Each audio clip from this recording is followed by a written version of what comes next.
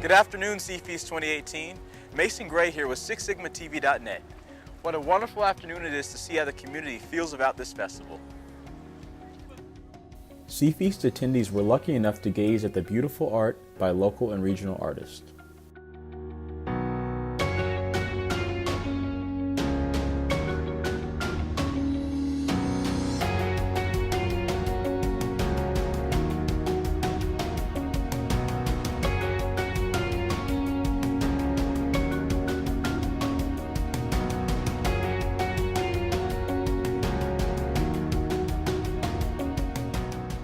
Music performances included talented musicians such as Ray Troll and the Ratfish Wranglers, Orville Johnson, and many more.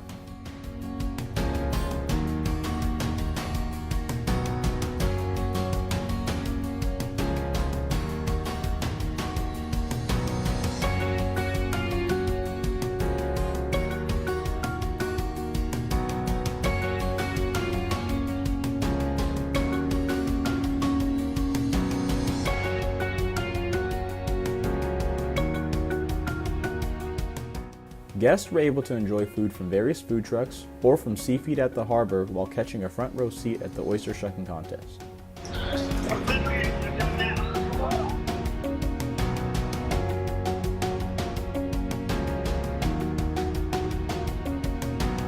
Mark is the champion of the shucking.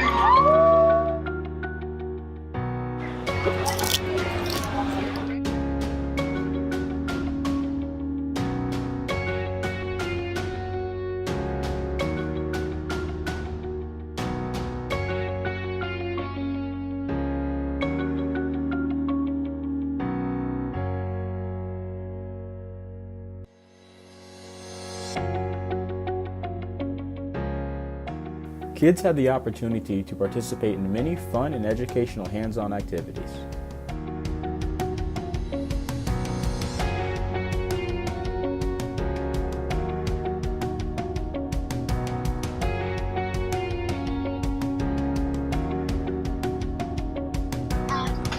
Yeah, like that. They grab the particles out of the water, and that's what they need.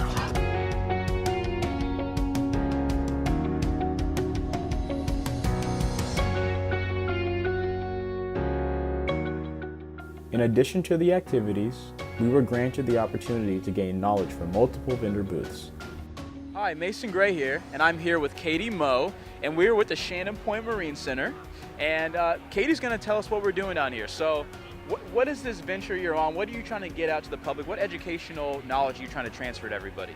Yeah, so we're out here with a bunch of touch tanks with basically just local marine species. We got a lot of invertebrate species here that people maybe aren't super familiar with. We see a lot of the fish around here at Seafeast, so we're just here representing basically all of the lesser known species for people. All right. Well, it looks like if it's a touch tank, do we get an example? I want to see. You want to touch some things? Yes. Katie, can you tell us what this guy is? Sure. This is a sea star, a local sea star that we have around here, and it isn't made out of plastic. This is actually a real animal.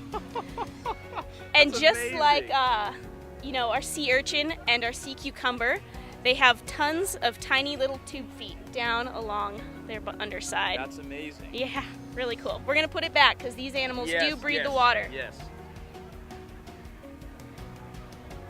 So I would love to ask you, if there's one thing, if you want to share an educational message to the community, what would it be?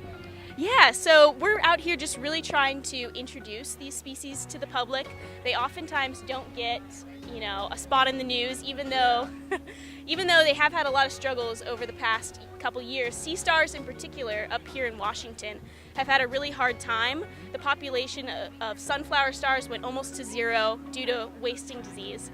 So we're out here just trying to introduce them to the public and maybe get people excited about them and the conservation efforts that are going into these awesome creatures.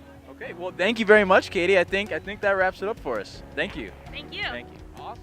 Hi, we're here with Adam from Ocean Conservancy. So what are your efforts to help reduce ocean acidification, if you don't mind me asking? What have you guys done over the past few years?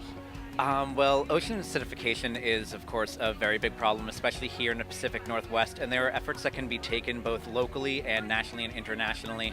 Climate and carbon in the atmosphere is a major cause, but there's also, especially here in the Pacific Northwest, upwelling and other local things, including stormwater runoff, that are efforts that can be addressed.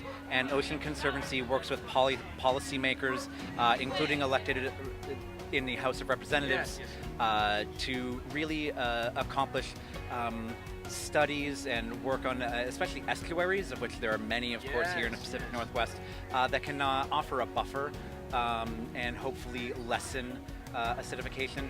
And it's, of course, a major economic impact here in the Pacific Northwest and elsewhere because of shellfish and other species that are being affected.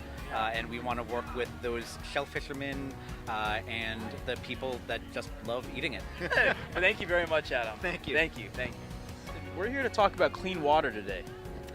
Thanks. Hi, everybody. My name's Carly Deathridge.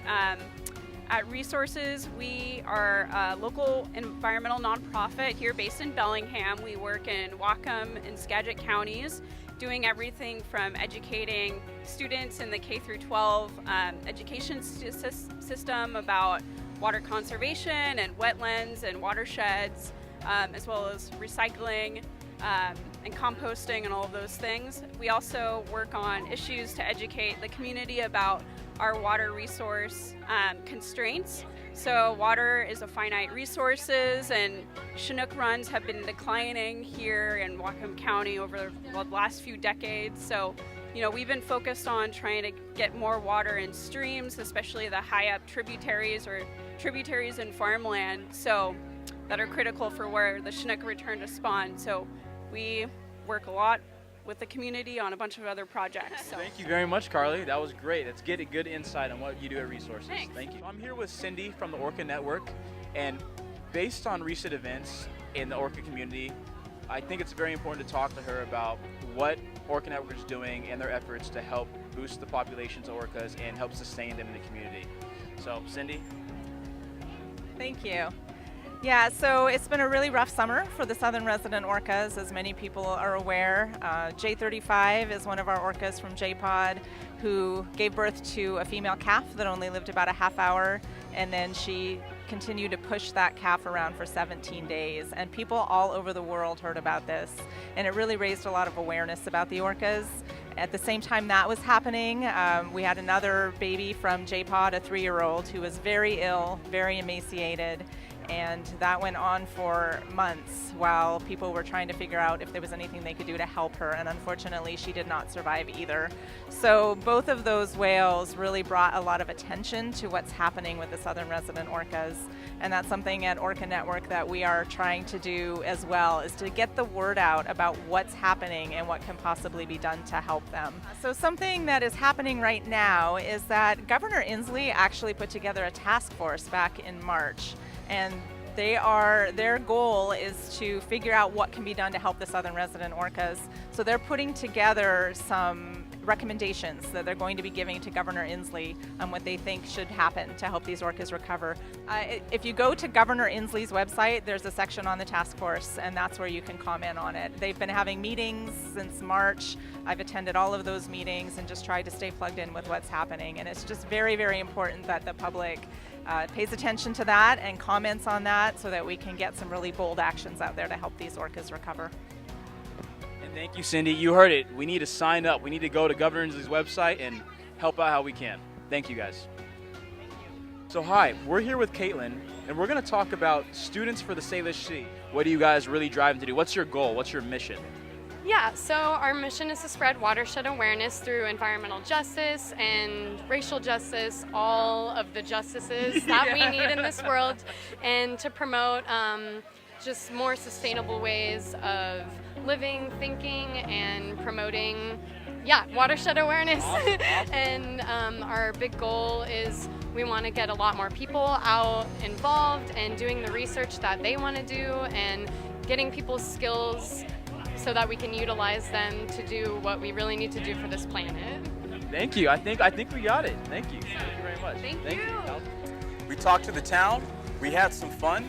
And I'd say what a way to sign up for Seafeast 2018. And a big thank you to the sponsors of Seafeast that made this wonderful event possible.